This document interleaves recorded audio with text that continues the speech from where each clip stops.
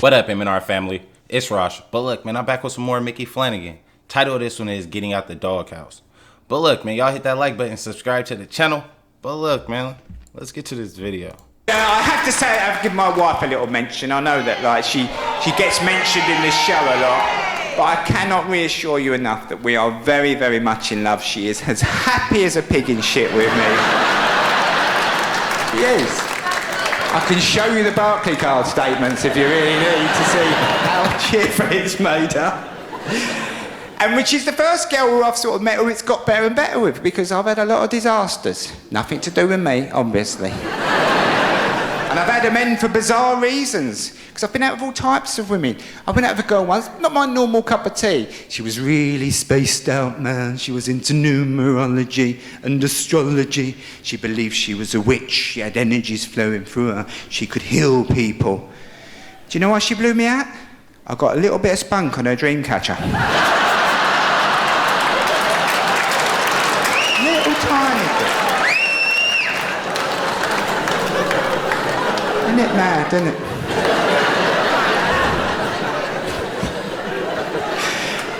And I nearly blew it at my wife right early doors. Do you want to hear the story? I nearly blew it at my wife in the first year. Ooh, nah, it involves the events of 9/11.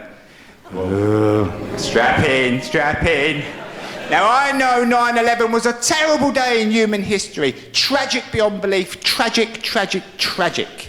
However, 9/11 did get me out of the doghouse.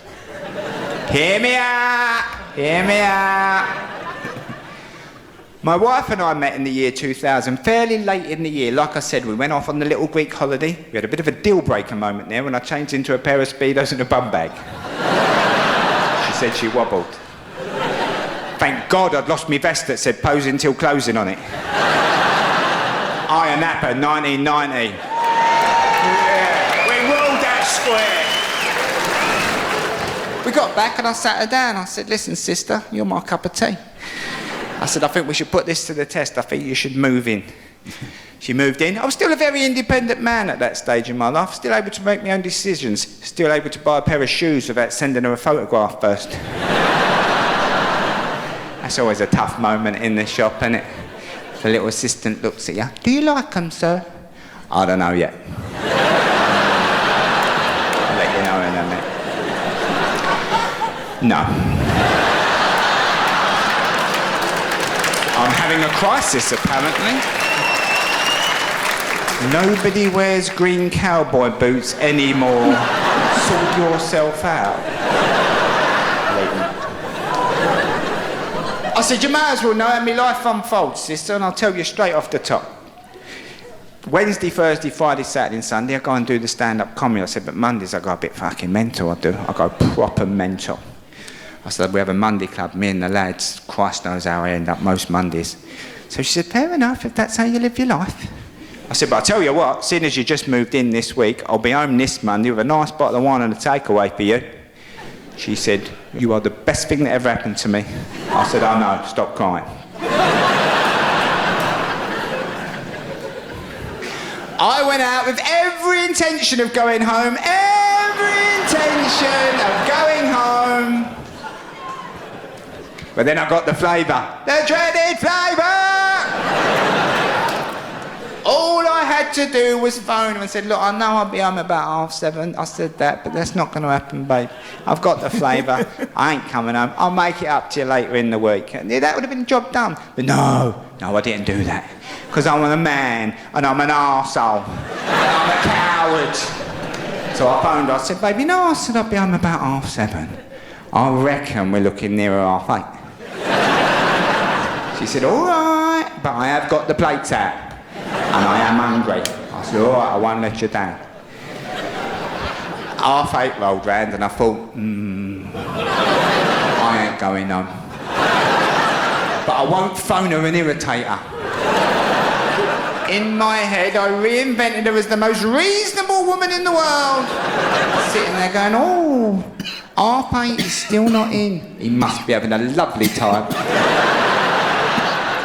Never mind, I'll make myself a sandwich. And I'll make him one and all. And I'll leave him a little note. You had a lovely time, didn't ya? But never came home. Here's a sandwich.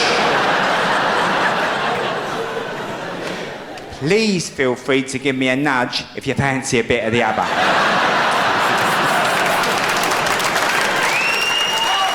That is not what happened. At about 9 o'clock, my phone went, and the abuse I received was so intense and profound, every other man in the pub could feel it. Men were turning to each other. Someone's getting a coating in here, I can feel it. I don't like it. Someone's getting a coating. Who's him over there? I put my phone back in my pocket. I'd gone rather ashen. My mate looked at me. He said, what's the matter with you? I said, she's gone right the other way. My mate went, Mick, I'm going to tell you something for nothing now. You go running on, the rest of your life will be a misery. All the other divorcees started joining in.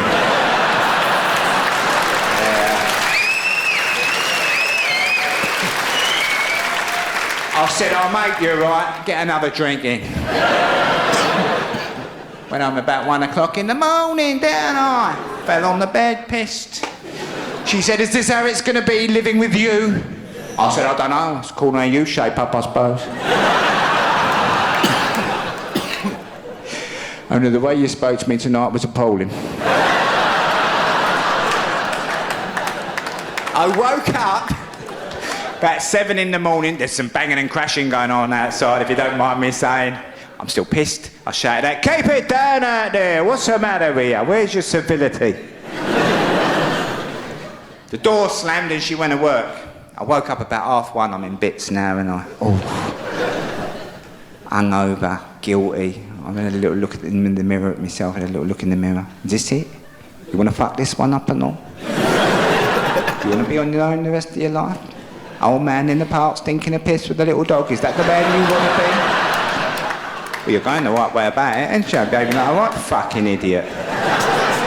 Oh, I'm not talking to you anymore.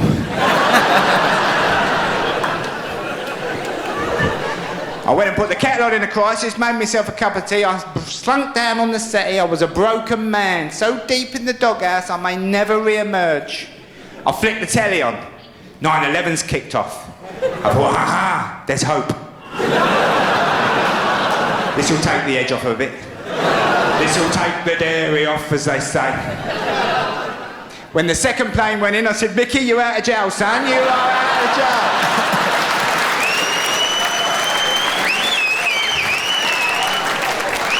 At the height of the carnage, I called her in work on the phone. I said, hello, babe. All right? You seen what's going on? She said, yeah, we're all watching it on the telly and work. I said, yeah.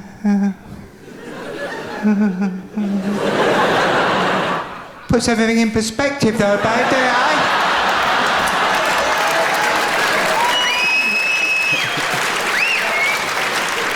She said, I'm coming home early. Me and you are going to have that bottle of wine and that takeaway. I put the phone down. I was back in the game, wasn't I? Yeah, he was back in the game for sure.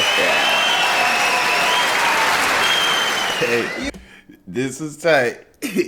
Shout out Micky Flanagan. This dude is funny, man. He is hilarious, man. Shout out to Micky Flanagan. But look, man, y'all hit that like button. Subscribe to the channel. But look, man, I'll catch y'all on the next video.